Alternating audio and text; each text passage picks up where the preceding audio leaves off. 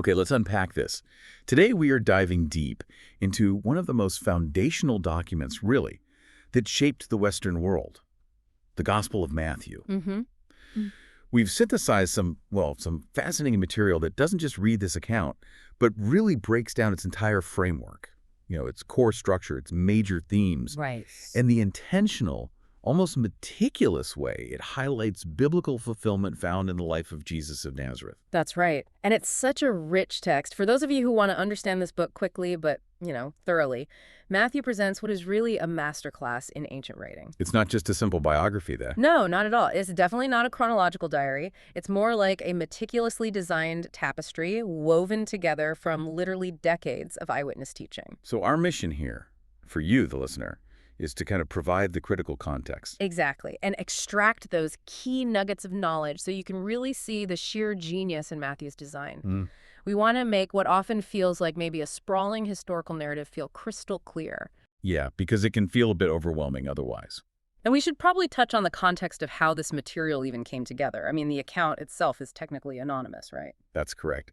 But the earliest reliable tradition, going way back, links it firmly to Matthew the tax collector, Who was one of Jesus's 12 apostles. the very same. And interestingly, we know he even writes about his own calling within the book itself. He includes that story. Okay, so it's rooted in firsthand experience. But it wasn't written down immediately after the events happened. No, definitely not. Think about it. This was likely collected and arranged after maybe 30, even 40 years of intensive oral tradition. Oral tradition, so people telling stories, teachings. Exactly. The apostles, including Matthew, were constantly teaching, constantly passing on their eyewitness accounts and the specific sayings and teachings of Jesus that they had all memorized. I mean, memorization was a huge part of that culture. Right. So Matthew then organized and presented this wealth of information, but with a very, very deliberate purpose. And that purpose is everything, isn't it? Matthew's central mission, as we understand it, is basically to demonstrate that Jesus is the absolute continuation. Yes. And the ultimate fulfillment of the entire biblical story of God in Israel. Yeah. It all points to him. Perfectly put. Yeah. And that intentionality really centers around three massive foundational themes that Matthew just drives home again and again, from chapter 1 all the way through chapter 28. Okay, so what are those three pillars we should be looking for? Right. First, Matthew is hyper-focused, really laser-focused, on establishing that Jesus is the true promised Messiah from the sacred line of David. The royal line. The royal line, exactly. This connects him directly to Israel's royal history, their hopes for a king. Second, he argues that Jesus is a new authoritative teacher, and here's the crucial part 1, who is greater than Moses. Greater than Moses, wow. That's a huge claim in that context. Massive. Moses was the lawgiver, the foundation. So claiming someone is greater is, well, it's revolutionary. Okay, king, teacher, and the third one. This feels like maybe the most profound concept, the one that really sets Matthew apart. I think so. It's that Jesus is God with us. Emmanuel. In Hebrew, Emmanuel. Matthew isn't just saying Jesus is important or sent by God. He is claiming divinity for this man, God himself, present with humanity. Wow. So these three themes, Messiah King, greater than Moses teacher, and God with us, provide the framework for the entire book. Okay, themes sorted. But you mentioned structure earlier. What truly gives this book its incredible organization, its backbone, is what scholars often call the fivefold design. That's right? it. Matthew essentially takes the entire narrative, all the stories and teachings, and frames it really neatly with an introduction and a conclusion. Pretty standard. Okay. But then, right in the center, he structures the main body of the book into 5 distinct sections, or you could call them movements. 5 sections. Why 5? Well, that's the genius part. What's astonishing is that each of these 5 major movements concludes with a long, distinct block of Jesus' teaching, a big sermon or discourse. Okay, I see. So story teaching, 5 times. Exactly. And the structural choice is incredibly intentional. It would have immediately signaled a monumental claim to its first audience, who were steeped in the Hebrew scriptures. Okay, tell us why. Why is that 5-part structure so significant? Because it creates this stunning, unmissable parallel to the most sacred books in the Jewish tradition, the 5 books of Moses. The Torah. Genesis, Exodus, Leviticus, Numbers, Deuteronomy. The very foundation. By mirroring that 5-book structure, Matthew is essentially making the audacious claim that Jesus is the new authoritative covenant teacher. So he's like presenting Jesus as delivering a new Torah. In a sense, yes. He is delivering a new interpretation, a new fulfillment of the law, a new way of life, and ultimately fulfilling the entire storyline that the original Torah began. It's like a complete reimagining of that foundational covenant relationship between God and his people. Wow. Okay, that framing changes everything. It's not just random stories. Not at all. It's deeply theological architecture. That brings us perfectly then to section 1. Setting the stage, Messiah and Emmanuel. This covers chapters 1 through 3. And Matthew, well, he doesn't ease us in gently, does he? He opens immediately with a genealogy. Right, a list of names. We should probably thank Matthew for putting the genealogy first, maybe get it out of the way for modern readers, but for his original audience, it is absolutely foundational. Why start there? He starts with the lineage to make his first point immediately and powerfully. Jesus is the son of David, check. Confirms the Messianic line. Okay, the royal connection. But equally important, maybe even more surprising for some, he states Jesus is the son of Abraham. Abraham.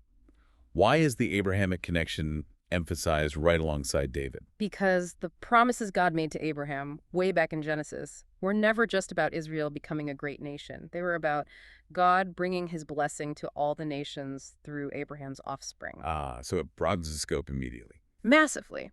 By connecting Jesus to both David, the specific king of Israel, and Abraham, the source of global blessing, Matthew signals right from page 1 that Jesus' mission is far wider than just restoring political power or land to Israel. It's global. It's for everyone. Okay, that's a huge opening statement, just in the names. Then the famous birth narrative follows in chapters 1 and 2. And Matthew presents this entirely through the lens of fulfillment, doesn't he? Entirely. He is meticulous, almost like a lawyer building a case, showing how the specific events surrounding Jesus' arrival fulfill specific Old Testament prophetic promises. Can you give an example? Sure. He absolutely relies on the Old Testament text. For instance, he highlights that Jesus was born in Bethlehem. Why? Because, as Matthew points out, this fulfills the prediction in Micah 5:2. But you, Bethlehem Ephrathah, though you are small among the clans of Judah, out of you will come for me one who will be ruler over Israel, whose origins are from of old, from ancient times. He's directly quoting it. Yes. And then he cites the family's flight into Egypt and their later return, explicitly stating this fulfills Isaiah 11:1. Out of Egypt I called my son. He constantly wants you, the reader, to go back, check his homework, see the connections. So it's like he's saying, see? This isn't random. This was planned all along. That's exactly the message. And of course, woven into this fulfillment narrative is the cementing of Jesus's core identity. It's not just about his human lineage, but about the divine presence, precisely. The fact that his conception was described as being uniquely by the Holy Spirit and then the angel's declaration of his name, Emmanuel, all these elements work together to demonstrate the divinity of Christ. Emmanuel, God with us. This is the ultimate claim Matthew is making. Jesus is no mere human prophet or king. He is God with us. God has become human. This whole concept, this mission, is captured perfectly in a crucial quote given very early in the account. It's in Matthew 1:21. The angel tells Joseph, Let's hear it. "She will give birth to a son, and you are to give him the name Jesus, because he will save his people from their sins." Okay, I want to pause on that verse for a second. The name Jesus, which is Yeshua in Hebrew, that literally means the Lord saves or Yahweh saves, right? That's correct. The name itself is a mission statement. So that verse isn't just a command about what to name the baby. It's a statement of his ultimate identity and purpose. He is named salvation because he is the one who will deliver his people. Yeah. But specifically from their sins. Yes. And that dramatically redefines what deliverance means for Matthew's audience. They were likely expecting deliverance from Rome, political freedom. But Matthew points to something deeper. Much deeper. Freedom from sin, from spiritual slavery. That redefinition is absolutely key to Matthew's entire message. And speaking of deliverance, Matthew then starts deliberately drawing these powerful parallels to the greatest deliverer figure in their history, Moses. The Moses connection again. How does he make that connection immediately evident in Jesus' early life in these first few chapters? Well, he sets up at least 4 distinct parallels, quite clearly. First, just like Moses had to flee to Egypt and then came out, Jesus is taken to Egypt and then comes up out of Egypt. Okay, Egypt connection. Second, Jesus passes through the waters of baptism in the Jordan River, conducted by John the Baptist. This visually mirrors Moses leading Israel through the waters of the Red Sea, deliverance through water. Right, the water motif. Third, immediately after his baptism, Jesus enters the wilderness for 40 days of testing. This directly echoes Israel's 40 years of wandering and testing in the wilderness after the Exodus. The number 40 is definitely a flag there. Absolutely. The narrative symmetry here is really stunning when you see it laid out. So Egypt, water, wilderness. What's the fourth? And finally, after the wilderness, where does Jesus go to deliver his first major block of teaching? He goes up onto a mountain. The Sermon on the Mount. Exactly. It's a direct visual and thematic callback to Moses receiving the law on Mount Sinai. Matthew is unequivocally asserting through these narrative parallels that Jesus is the promised greater than Moses figure. So he's the one who will truly deliver Israel. Yes, but deliver them not from a human pharaoh, but from slavery to sin itself. He will give new divine teaching, he will save them, and he will bring about the new covenant relationship with God. Wow. Okay, so that transition then from the wilderness testing in chapter 4 to his public ministry, that's where the action really begins. It really kicks off there. The stage is set, we know who he is, and now we see what he does. That sets us up perfectly for section 2, the kingdom announced. This culminates in that massive teaching block, the Sermon on the Mount, covering chapters 4 through 7. Yeah. If section 1 established who Jesus is, Messiah, Emmanuel, New Moses section 2 establishes what he's doing. That's a great way to put it. Jesus steps onto the public scene, announcing the arrival of God's kingdom, or, as Matthew often prefers to call it, the kingdom of heaven. Why kingdom of heaven? Is that different? It's generally understood as Matthew's respectful way, writing primarily for a Jewish audience, to avoid overusing the sacred name of God. Functionally, it means the same thing. God's reign, God's rule. Got it. So this kingdom, Yeah. it's the central idea, right? We need to understand it not just as a place, like a future heaven, but as what? As God's active rescue operation for the whole world, happening right now, breaking into history, and taking place through King Jesus. A rescue operation. Yeah. And that immediately involves confrontation, doesn't it? Absolutely. You can't have rescue without confronting what people need rescuing from. So the kingdom's arrival means confronting evil in every conceivable form: spiritual evil, demon oppression, sickness, disease, even death itself. And Matthew shows Jesus doing this. Constantly. He shows Jesus exercising this kingly authority, pushing back the darkness, restoring God's rule and reign bit by bit. And he does this by creating a new kind of family, a community of people who follow his teachings and live under his rule. And once he begins gathering these people, healing the sick, casting out demons, forming this initial movement, he takes his followers up a hillside, like you said, and delivers that first discourse, the famous Sermon on the Mount, chapters 5, 6, and 7. Yes. This is the primary ethical statement of the entire book. You could call it the Constitution of the Kingdom. The Constitution. I like that. It explores the radical, demanding ethics of what it actually looks like to live under God's reign, to be a citizen of this kingdom. And it begins, famously, with the Beatitudes. Right. The blessed are statements. These are declarations of blessedness, of true happiness or flourishing that radically redefine who society considers fortunate or successful. It really is an upside-down kingdom he describes. I mean, the wealthy, the proud, the powerful, they aren't the ones highlighted first. Instead, he starts with, He says, "Blessed are the poor in spirit, for theirs is the kingdom of heaven. Then blessed are those who mourn, for they will be comforted." That's Matthew 5:3-4. the poor in spirit, those who mourn. The marginalized, the humble, the ones who know they need God. Exactly. These are the ones who are invited first. They are called to repent, turn from their old ways, and join this new family, this new kingdom. It's incredibly inclusive at the ground level. Okay, so he invites people in, defines the citizens, then he immediately addresses what must have been the greatest anxiety for his Jewish listeners. What about the law, the Torah? Precisely. He knows this is the big question, and he affirms in the strongest possible terms that he did not come to get rid of the commands of the Torah. He states it plainly in Matthew 5:17. What does he say? "Do not think that I have come to abolish the law or the prophets. I have not come to abolish them, but to fulfill them." Fulfill them. That's a staggering claim. What does fulfill actually mean in this context? Abolish seems clear, but fulfill. It's crucial. It means bringing the law to its intended goal, its ultimate purpose, its deepest meaning.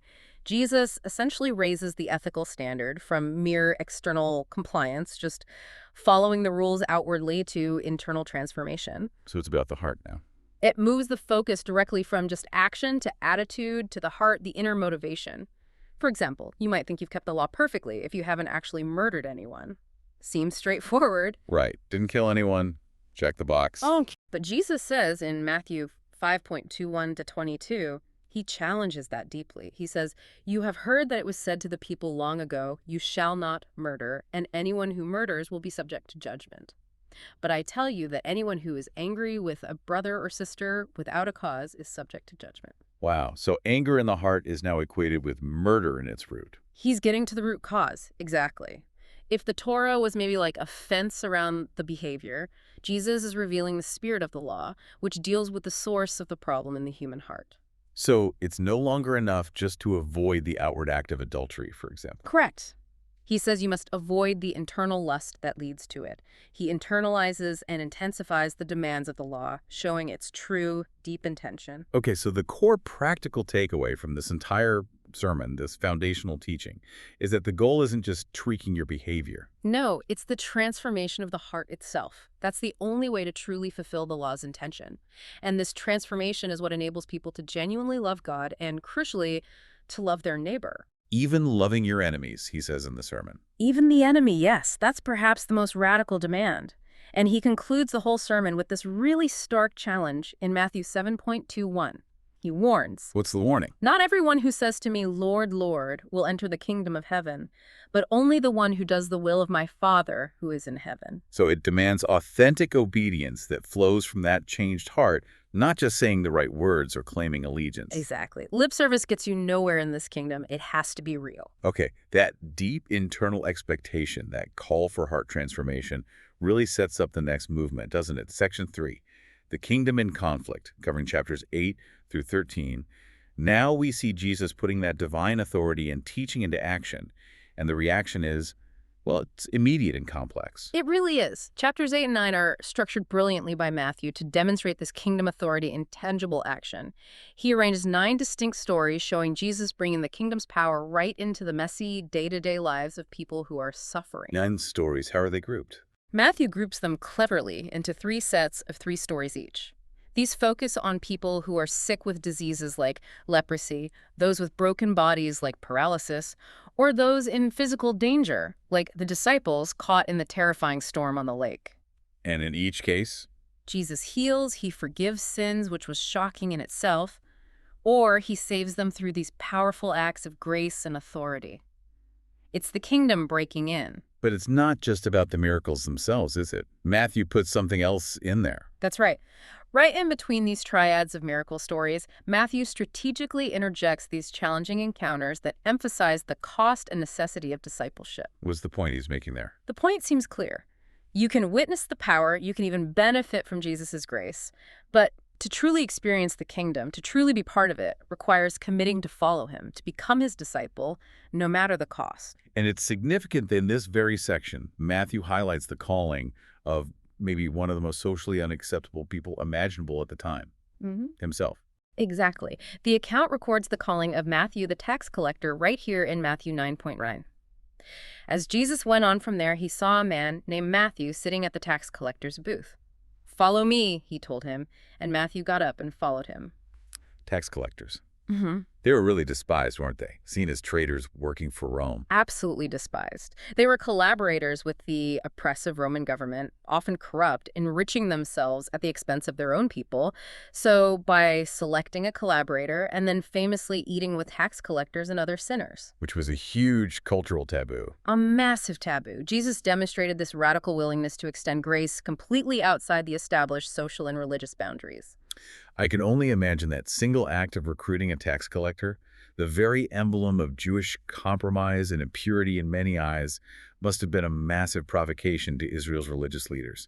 Was Matthew deliberately highlighting how outrageous that choice was? Oh, I think absolutely. It perfectly underscored the radical, inclusive, and frankly disruptive nature of this kingdom Jesus was announcing. It wasn't playing by their rules. And that disruption, that challenge to the status quo, leads right into chapter 10, which is the second discourse, the teaching block, often known as the mission and expectation teaching. That's right. Having demonstrated his authority and gathered followers, Jesus now extends his reach by sending out the 12 disciples to do what he's been doing. So he empowers them. He gives them authority to announce the kingdom, to heal the sick, to cast out demons, but he also explicitly prepares them for what's inevitably coming next: persecution. opposition. Why inevitable? Because he knows that while many among the common people, the hurting and the broken, will accept this offer of the kingdom with joy, the established religious and political leaders will not. They stand to lose everything, their power, their status, their control, if they repent and become humble followers of this Galilean carpenter claiming to be king. So Jesus warns the disciples very clearly they will be handed over to the local councils and be flogged in the synagogues. That's Matthew 10:17. Flogged in the synagogues. That's intense religious opposition. It shows the conflict is escalating rapidly. It's moving from muttered complaints to outright violent rejection from the authorities. This really sets up the extremely mixed response we then see detailed in chapters 11 and 12. Matthew collects a series of stories detailing just how diverse the reactions to Jesus and his message really were. Exactly. It wasn't monolithic. You have some people who are entirely positive, enthusiastically accepting him as the Messiah, seeing the power and responding in faith. But then others are unsure. Right. You have figures like John the Baptist, Jesus' own cousin and forerunner, who sends his disciples from prison to ask Jesus, "Are you the one who is to come, or should we expect someone else?" Even John was confused because Jesus wasn't acting like the fiery judge he expected. And even Jesus' own family. Yes, Matthew includes a story where Jesus' own mother and brothers come to take charge of him, seemingly thinking he has gone too far, maybe lost his mind. So even those closest to him show that Jesus was not the kind of Messiah they expected either. So positive, confused, and then the outright negative. And this is where the conflict really hardens. You have Israel's religious figures, the Pharisees, the teachers of the law, the Bible scholars. They are almost entirely negative by this point. How do they view him? They reject him completely. They see him as a false teacher, leading people astray, breaking their interpretations of Sabbath laws, claiming authority he shouldn't have. And it gets worse, doesn't it? It culminates in the most severe accusation possible. They accuse him of being in league with the devil himself, claiming he casts out demons only by the power of Beelzebul, the prince of demons. Wow. That's drawing a line in the sand. There's no coming back from that accusation.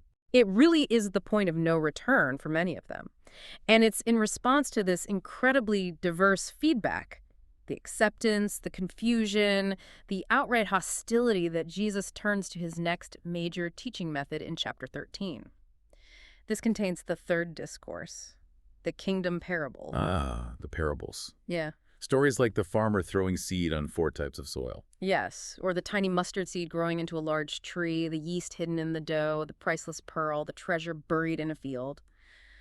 These famous stories. But the disciples themselves are initially confused by this, aren't they? They basically ask him, "Why are you suddenly speaking in riddles?" They do. It's a crucial moment in Matthew 13. Jesus responds by explaining that the parables actually serve 2 functions, depending on the listener's heart. 2 functions. How so? He says they reveal the secrets, the mysteries of the kingdom to those who already have a measure of faith, those whose hearts are open. But simultaneously, they obscure the truth from those who have hardened their hearts against him, those who are resistant. Okay, wait. If the kingdom is God's urgent rescue operation, why teach in parables that seem designed to confuse some people? Isn't that counterintuitive to a rescue mission? It seems like it, doesn't it?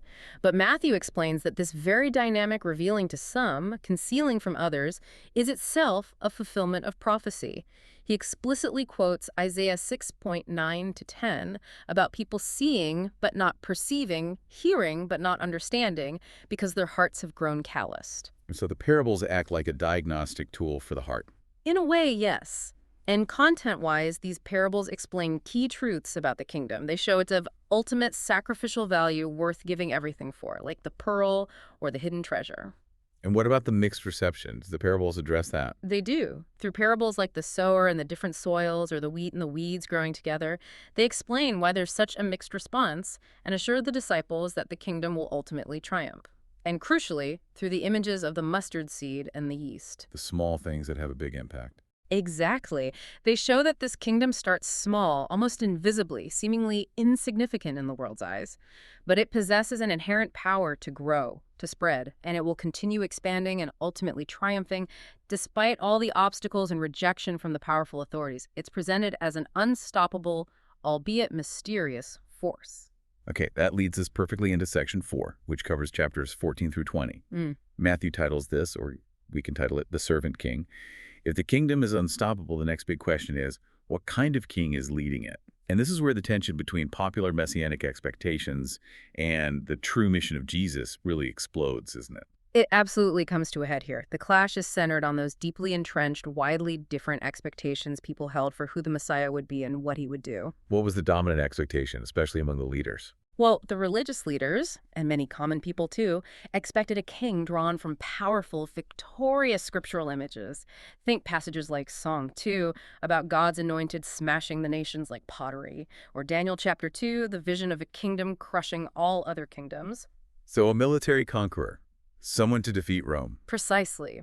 A victorious, maybe even violent, world-smashing king who would finally defeat the pagan oppressors Rome in their current context and restore Israel to political glory. That was the dominant hope. But Matthew shows Jesus deliberately, consistently countering that expectation. He does.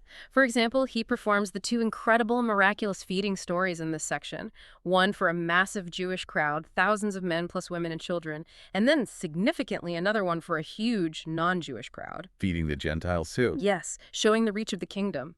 These miracles immediately echo Moses providing manna, the bread from heaven, in the wilderness. So the crowds get excited. They see him as the prophet like Moses. They get very excited. The talk of making him king by force starts bubbling up.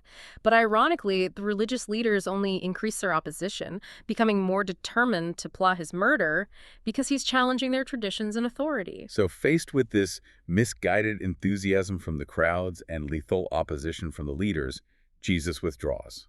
He withdraws with his disciples specifically to teach them explicitly what kind of Messiah he actually is. This leads to that absolutely pivotal passage in Matthew 16 near Caesarea Philippi. The big question. He asks them first, who do people say the Son of Man is? They give various answers, John the Baptist, Elijah, Jeremiah. Prophets, but still human. Right. Then he presses them. But who do you say that I am? And Peter gets it right. Or seems to. Peter nails the title. He declares, you are the Messiah, the Son of the living God. It's the clearest confession yet, the highest point of understanding achieved by any of the disciples up to this point. Jesus affirms Peter's answer came from God. But, there's a but, isn't there? Peter has the right title, but does he understand what kind of Messiah Jesus is? That's the immediate issue. Peter still envisions that military, triumphant, Psalm 2 kind of king we just discussed. He's got the what right, but the how totally wrong. And Jesus corrects him immediately. Instantly. The text states very clearly that from that point forward, Jesus began teaching them something new, something shocking. He started explaining themes drawn heavily from the prophet Isaiah, particularly the suffering servant passages. What did he reveal? He revealed that the Messianic King, contrary to all their expectations, would first have to suffer greatly, be rejected by the leaders in Jerusalem, and ultimately die for the sins of his own people. Jesus states it plainly, recorded in Matthew 16:21. Let's hear that prediction. From that time on, Jesus began to explain to his disciples that he must go to Jerusalem and suffer many things at the hands of the elders, the chief priests, and the teachers of the law, and that he must be killed and on the third day be raised to life. Suffer, rejected, killed. That must have been impossible for them to process, especially Peter, right after his great confession. Impossible. Peter, still stuck entirely on the idea of political victory and power, actually takes Jesus aside and tries to rebuke him. He says, "Never, Lord, this shall never happen to you." Rebuking the Messiah he just confessed. The clash is enormous. Jesus responds incredibly strongly, calling Peter Satan for setting his mind on human concerns rather than divine ones. Jesus positions himself irrevocably as a king who reigns not through conquest, but by becoming a servant and laying down his life. He's challenging the entire world's definition of power and victory. Completely. And since his disciples so fundamentally fail to grasp this radical concept of a suffering, serving Messiah, Jesus then enters into the fourth discourse, starting around chapter 18, and the subsequent teachings that follow in this section. What's the focus of this fourth teaching block? These teachings are entirely about the radically reversed values, that upside-down nature again, of the servant king's community. It's like the practical application of the Sermon on the Mount, but focused specifically on how his followers should relate to each other within the community. Okay, so kingdom ethics in practice within the family of faith. Precisely. The practical steps for followers are profound and deeply challenging to human nature. In the community of the servant king, Jesus teaches that honor is gained not by seeking power or status over others, but by serving them, by becoming like a child in humility. And dealing with conflict. Revenge is replaced entirely by radical, proactive forgiveness. This is symbolized by his teaching, in response to Peter's question about limits, that they must forgive their brother or sister not just 7 times, but 77 times, essentially without limit. That's Matthew 18.22. Limitless forgiveness. What about wealth? True wealth, Jesus teaches, is gained not by hoarding and accumulation, but paradoxically, by giving it away generously to those in need. This is a completely radical mandate for selflessness, humility, and service. It is. The mandate couldn't be clearer. If you want to follow the servant Messiah, you must become a servant yourself.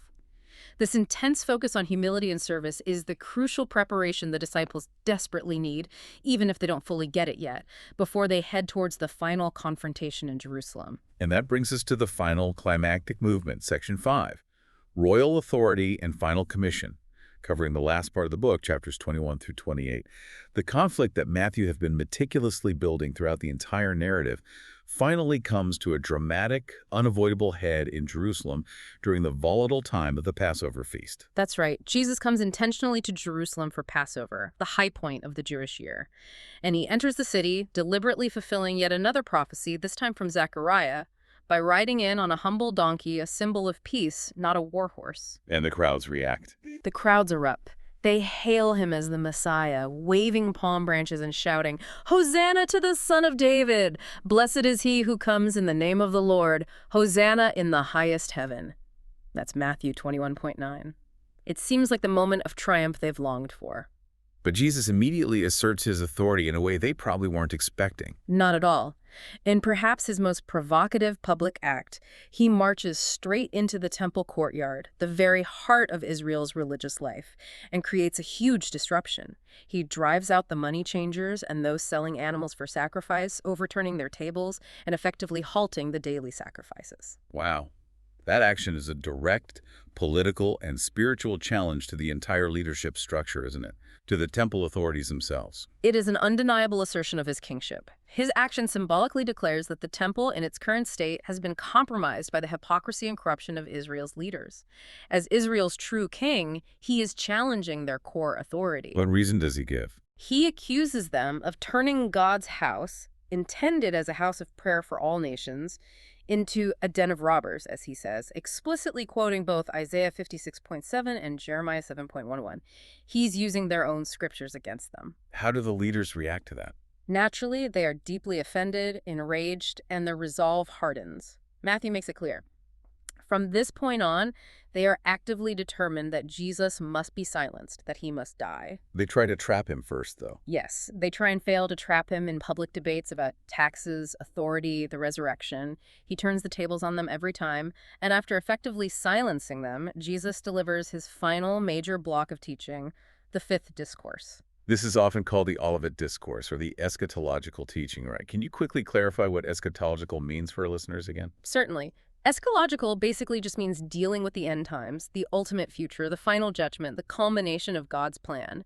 So Jesus dedicates this final teaching to two main things. What are they? First, a passionate, scathing critique of the hypocrisy of the Pharisees and teachers of the law, the famous 7 woes.